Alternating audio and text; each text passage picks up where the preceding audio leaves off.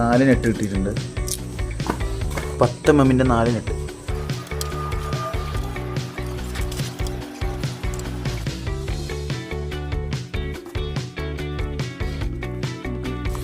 ഇങ്ങോട്ട് ചോദിച്ചാൽ നമുക്ക് ഇതിൻ്റെ ഈ ഫൈബർ പാർട്ട് ഊരിപ്പോരും. നമുക്കിനി ഈ സാധനം ഇങ്ങനെ പൊക്കി അങ്ങോട്ട് എടുക്കാം. ഉൾട്ടയച്ചു. നമുക്ക് ടൈൽ ഇങ്ങനെ ജസ്റ്റ് ഇങ്ങനെ കാണിച്ചാൽ കണ്ടില്ലേ.